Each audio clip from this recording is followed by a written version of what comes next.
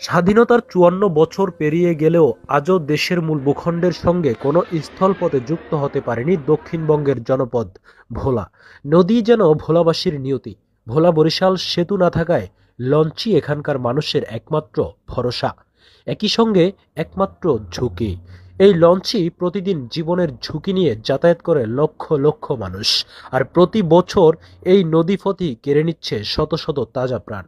একটু অসুস্থ হলেই শুরু হয় দৌড়, কিন্তু দৌড়ে জেতা যায় না নদীর সঙ্গে।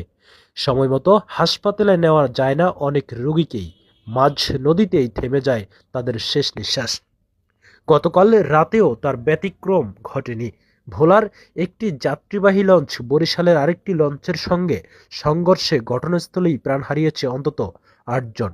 স্বজনদের কান্না, নদীর বুক ছিঁড়ে ওঠা আহাজারি, সব মিলিয়ে আবারও রক্তাক্ত হলো ভোলার ইতিহাস। প্রশ্ন উঠেছে, ভোলার মানুষের প্রাণের কি কোনো মূল্য নেই? আর কত লাশ পড়লে প্রয়োজন হবে একটি সেতুর?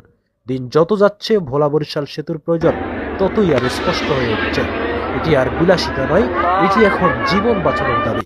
ভোলা বরিশাল সেতু চাই এখন, এই মুহূর্তেই, কারণ প্রতিটি বিলম্ব মানেই আরও একটি সম্ভাব্য মৃত্যুর অপেক্ষা।